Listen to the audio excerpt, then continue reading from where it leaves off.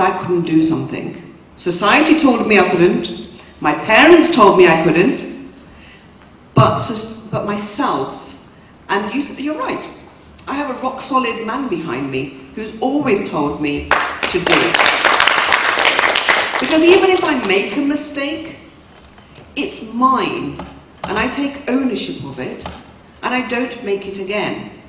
And I think far too many people are so frightened of trying that they give up and then they look at themselves as failed. And one thing I would say, and I heard it earlier on from Verinder, and Verinder and I are different political colours, but what we do is we support each other on common things. And I think the communities that we come from don't always do that well.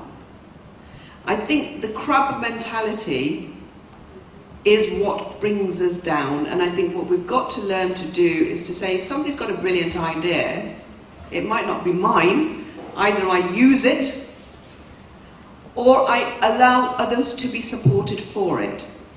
What I don't do is actually say that because it was his idea that I need to pull that person down. And I think we've got a lesson to learn there, and I think the Jewish community are really good at this.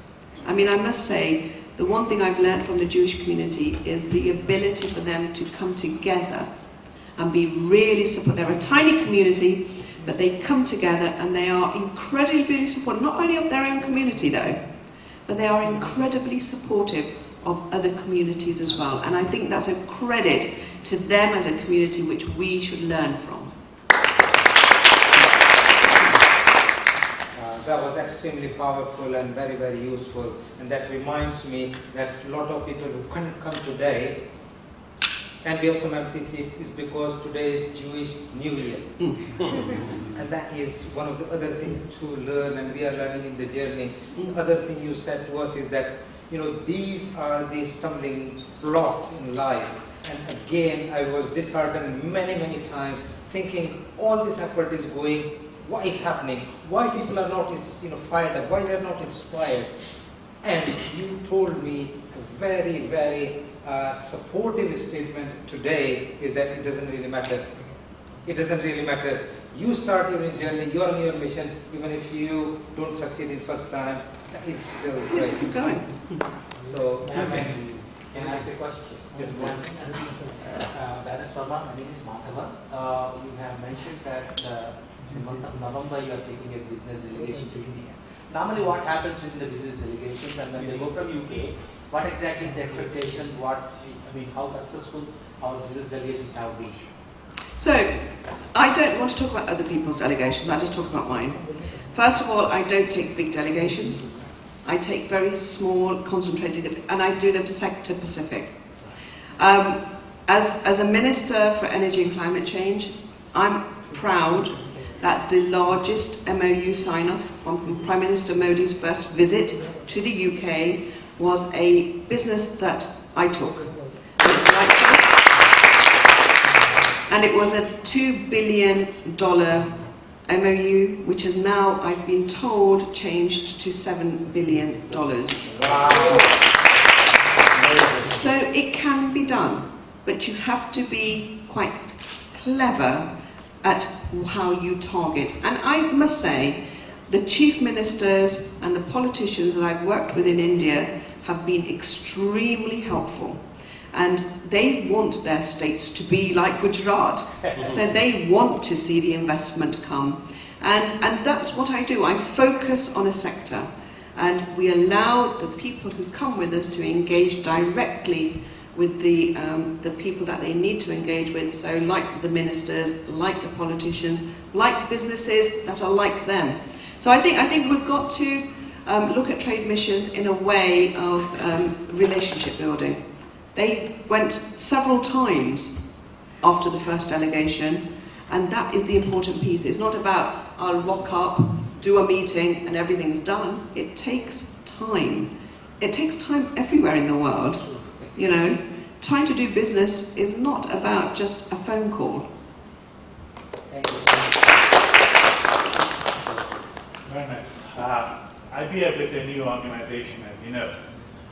So suggest a few ways so we can take it further and build up a strong link between India and the UK. Well, first of all, I want to congratulate you on doing this. The more organisations there are engaging with each other, the better. But we're very lucky in the UK. We've got some extremely good organisations that I would hope the next time you do an event that you would partner up with. The Chamber, the Association, London Association of Business. We've got lots of wonderful business associations here. In the north, we've got good business. Please link up, but also link up with the great established organisations you have in India. Because, to be quite frank, it isn't about losing members, it's about sharing knowledge. And a confident organisation is one that isn't frightened of opening its doors for other organisations to come and have a look at what they're doing. On that note, I would want to welcome and congratulate Lieutenant General Ahluwalia to the International Business Federation Global Business Conference, and I'm reasonably sure that working together would just make a big impact.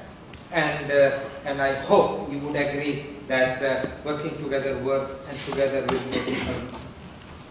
Also, we have Abhay Agarwal. He is the General Secretary of the Chamber of Commerce and Industries, which is specifically designed for people of Indian origin, and he has made this journey specifically just for this conference to partner up and launch a UK branch of the PIOCCI. So I would appreciate if you say a couple of words on how you feel about, and then take it from there.